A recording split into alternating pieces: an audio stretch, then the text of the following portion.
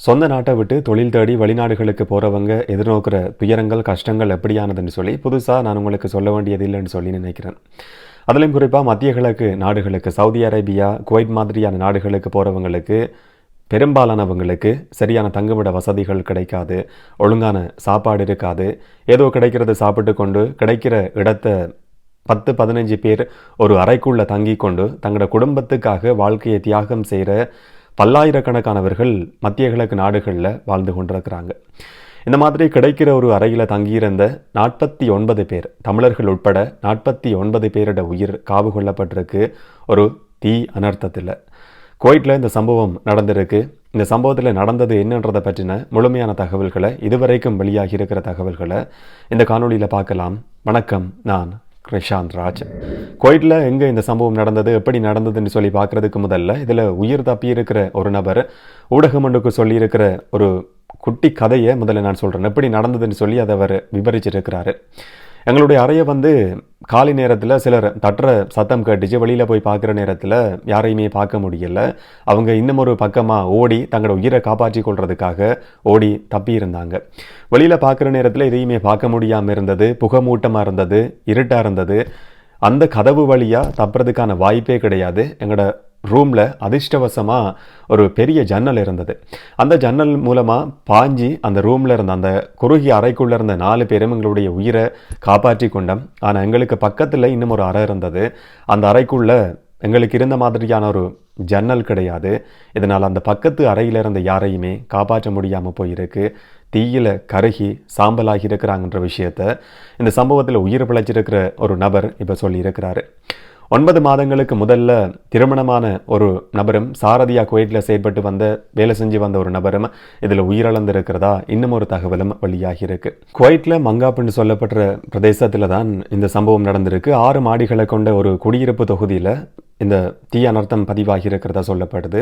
தீ எப்படி பரவுனது என்று சொல்லி இதுவரைக்கும் ஆதாரபூர்வமாக கண்டுபிடிக்கப்படலை, இல்லாட்டி நிரூபிக்கப்படலை. அது சம்பந்தமான தடயவியல் விசாரணைகள் ஒரு பக்கம் நடத்தப்பட்டு வருது. ஆனால் அங்கிருந்தவர்கள் சொல்கிற விஷயம் என்னன்னு சொன்னால், சமையல் அறையிலிருந்து தீ பரவி இருக்கலாம் என்றது. காலை நேரத்தில் தான் தீ பரவுனதாக சொல்லப்படுது. அங்கே இருக்கிற பெரும்பாலானவர்கள் ஒரே தொழிற்சாலையில் வேலை செய்கிறவர்கள் என்று சொல்லியும் சொல்லப்படுது. ஒரு சிலர் காலை நேரத்தில் மார்னிங் ஷிஃப்ட் இருந்ததால் காலையிலேயே போயிருக்கிறாங்க. இதனால் ஒரு குரூப்பை சேர்ந்தவர்கள் உயிர் தப்பி இருக்கிறதா சொல்லப்படுது. மற்ற எல்லாருமே ஒரு ஆழ்ந்த உறக்கத்தில் இருந்த சந்தர்ப்பத்தில் இந்த அனர்த்தம், எதிர்பாராத துரதிர்ஷ்டவசமான சம்பவம் அந்த இடத்துல பதிவாகி இருக்கு. இந்த குடியிருப்பு தொகுதியை பொறுத்த வரைக்கும் வெளிநாட்டு தொழிலாளர்கள் தங்க வைக்கப்பட்டிருந்த ஒரு இடம் என்று சொல்லி அடையாளப்படுத்தப்பட்டிருக்கு. 160க்கும் அதிகமானவர்கள் அந்த இடத்துல தங்கி இருந்திருக்கிறாங்க. குறிப்பாக வெளிநாடுகளில் எப்படி தொழிலாளர்கள் இருப்பாங்கன்றது தெரியும். நிறைய காணொளிகள் யூடியூப்லேயும் கூட இருக்குது. ஒரு 10-15 பேர் அறைகளை பகிர்ந்து கொள்கிற சம்பவங்கள் கூட ஏராளமாக வெளிநாடுகளை பொறுத்த வரைக்கும் இருக்குது, மத்திய கிழக்கு நாடுகளை பொறுத்த வரைக்கும் இருக்குது. அந்த மாதிரியான ஒரு இடத்துல தான் இந்த அனர்த்தமும் பதிவாகி இருக்கு. இதுவரைக்கும் 49 பேரோட உயிர்கள் காவு கொள்ளப்பட்டிருக்கிறதா சொல்லப்படுது. பலர் காயமடைஞ்சிருக்கிறாங்க. இன்னும் சிலருடைய சடலங்களை கூட அந்த இடத்துல இருந்து மீட்க முடியாத ஒரு துர்ப்பாக்கியமான நிலைமை தொடர்ந்து நீடிக்கிறதா சொல்லப்படுது. உயிரிழந்தவர்களுடைய சடலங்களை ஒரு பக்கம் மீட்க முடியாமல் இருக்கு. யார் யார் உயிரிழந்தாங்க, எந்த நாடுகளை சேர்ந்தவர்கள் என்று சொல்லி கூட அடையாளப்படுத்த முடியாமல் இருக்கு. என்னன்னு சொன்னால், இங்கே தங்கியிருந்தவர்கள் சம்பந்தமான தகவல்கள் அரசாங்கத்துக்கு இல்லாட்டி போலீஸுக்கும் கூட தெரியாது. ஆனால் உயிரிழந்தவர்களில் பெரும்பாலானவர்கள் இந்தியர்கள் என்று சொல்லப்படுது. இந்த சம்பவத்தில் பாதிக்கப்பட்டிருக்கிற காயமடைஞ்சிருக்கிறவர்களை பொறுத்த வரைக்கும் 30க்கும் அதிகமானவர்கள் இந்தியாவை சேர்ந்தவர்கள். அதுலேயும் குறிப்பாக தமிழ்நாடு, கேரளாவை சேர்ந்த அதிகமானவங்க தான் இதில் உயிரிழந்திருக்கலாம், இல்லாட்டி காயமடைஞ்சிருக்கலாம் என்று சொல்லப்படுது. வேறு நாடுகளை சேர்ந்தவர்களும் இதில் பாதிக்கப்பட்டிருக்கிறாங்களா இல்லையான்றது இதுவரைக்கும் உறுதி செய்யப்படலை. இதில் உயிரிழந்திருக்கிற பலர் தமிழர்கள் என்றதும் இன்னும் ஒரு சோகமான செய்தி. உயிரிழந்தவர்களுடைய சடலங்களை கூட அடையாளம் காண முடியாத அளவுக்கு தீயில கருகி அந்த உடல்கள் எல்லாமே எரிஞ்சு சாம்பலாகி இருக்கு. இதனால் டிஎன்ஏ பரிசோதனை, மரபணு பரிசோதனை நடத்தப்பட்டு தான் இது யாருடைய சடலம் என்று சொல்லி அடையாளம் காண வேண்டி இருக்கும் என்று சொல்லி அங்கு இயங்குகிற சில அமைப்புகள் சொல்லி இருக்கிறதா தகவல்கள், செய்திகள் வெளியாகி இருக்கு. தீயில கருகி சிலர் உயிரிழந்திருக்கிறாங்க. இன்னும் சிலர் அங்கிருந்து வெளியேறின புகையை சுவாசிச்சதன் காரணமாக உயிரிழந்திருக்கலாம் என்று சொல்லி சந்தேகிக்கப்படுது. இதில் பாதிக்கப்பட்டிருக்கிற பெரும்பாலானவர்கள் இந்தியர்கள். இந்திய பிரதமர் நரேந்திர மோடி எக்ஸ் தளத்தில் ஒரு பதிவை போட்டிருக்கிறார். இது ஒரு துயரமான சோகமான செய்தி, ஆழ்ந்த இரங்கலை தெரிவித்துக் கொள்கிறேன் என்ற மாதிரியான ஒரு பதிவை அவர் போட்டிருக்கிறாரு. அதே நேரத்தில் இந்திய வெளிவிவகார அமைச்சர் கலாநிதி சுப்பிரமணியம் ஜெய்சங்கரும் எக்ஸ் தளத்தில் வந்து ஒரு பதிவை போட்டிருக்கிறாரு. அங்கே இருக்கிற தூதரகம் பாதிக்கப்பட்டவங்களுக்கு உதவி செய்கிறதுக்கு தொடர்ச்சியாகவே தயாராக இருக்குது. இது மிகப்பெரிய ஒரு சோகத்தை ஏற்படுத்தி இருக்கிற சம்பவம், என்னுடைய இரங்கலை தெரிவித்துக் கொள்றேன்னு சொல்லி அவரும் பதிவு செஞ்சிருக்கிறாரு. குவைத்தில் இருக்கிற இந்திய தூதுவர் இந்த சம்பவத்தில் பாதிக்கப்பட்டு காயமடைஞ்சு வைத்தியசாலையில் சிகிச்சை பெற்று வரவங்களை நேரடியாக போய் சந்திச்சிருக்கிறதாவும் செய்திகள் வெளியாகி இருக்கு. இது சம்பந்தமான விசாரணைகள் குவைட் அரசாங்கத்தால் இல்லாட்டி போலீஸ் தரப்பால் இப்போவே ஆரம்பிக்கப்பட்டிருக்கு. மிக முக்கியமான ஒரு விஷயத்தை போலீஸ் உயர் அதிகாரி ஒருத்தர் சொல்லியிருக்கிறாரு.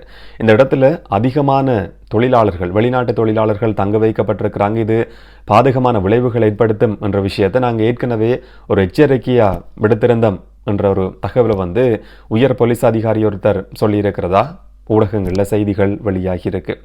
அந்த மாதிரியான ஒரு தகவல் தெரியுமா இருந்தால் குவைட் போலீஸ் ஏன் இதுவரைக்கும் நடவடிக்கை எடுக்காமல் இருந்தது என்ற மிக முக்கியமான ஒரு கேள்வி கூட இருக்கு.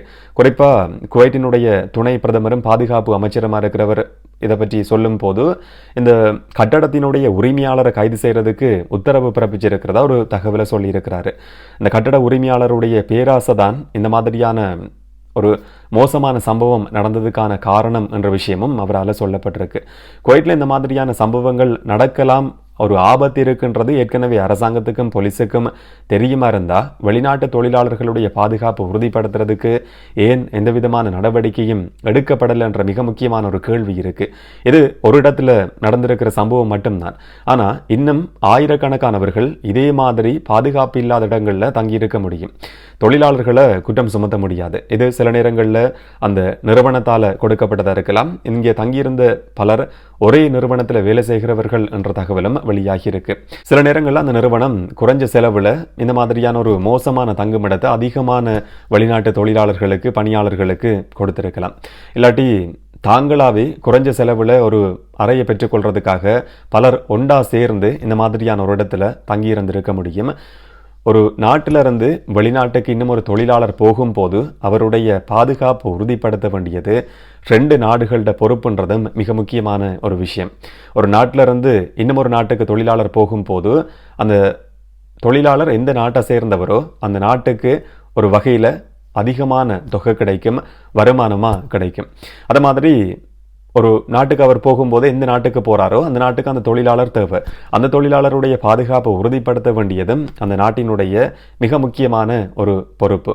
ஆனால் இந்த மத்திய கிழக்கு நாடுகளை பொறுத்த வரைக்கும் இந்த மாதிரியான துரதிருஷ்டவசமான ஏராளமான சம்பவங்கள் பதிவாகி இருக்கு. வெறுமனே ஒரு கட்டடத்தினுடைய உரிமையாளரை மட்டும் இதில் குற்றம் சாட்ட முடியாது. பாதுகாப்பு கொடுத்திருக்க வேண்டியது அரசாங்கத்தினுடைய பொறுப்பும்ன்றது மிக முக்கியமாக கவனிக்கப்பட வேண்டிய ஒரு விஷயம். இது நடந்திருக்கிற ஒரு சம்பவம் மட்டும்தான். இந்த மாதிரியான பாதுகாப்பு இல்லாத இன்னும் ஏராளமான குடியிருப்புகள் இருக்க முடியும். தங்களுடைய குடும்பத்துக்காக தங்களோட காலத்தை வந்து செலவு செய்து தங்களுடைய வாழ்நாளையே அர்ப்பணித்து பல்லாயிரக்கணக்கான தொழிலாளர்கள் இந்த மாதிரி வெளிநாடுகளில் தங்கியிருக்கிறாங்க. இந்த மாதிரியான தொழிலாளர்களுடைய பாதுகாப்பை உறுதி செய்ய வேண்டியது சம்பந்தப்பட்ட 2 நாடுகளுடைய கடமையும் பொறுப்பும்ன்றதில் எந்த விதமான ஒரு மாற்று கருத்தும் கிடையாது. இந்த மாதிரியான சம்பவங்கள் எதிர்காலத்தில் இனியும் நடக்கக்கூடாதுன்னு சொல்லி பிரார்த்திக்கிறதை தவிர நம்ம வேறு எதையுமே செய்ய முடியாது. இன்னும் ஒரு காணொளியில் இன்னும் ஒரு தகவலோடு சந்திக்கலாம்.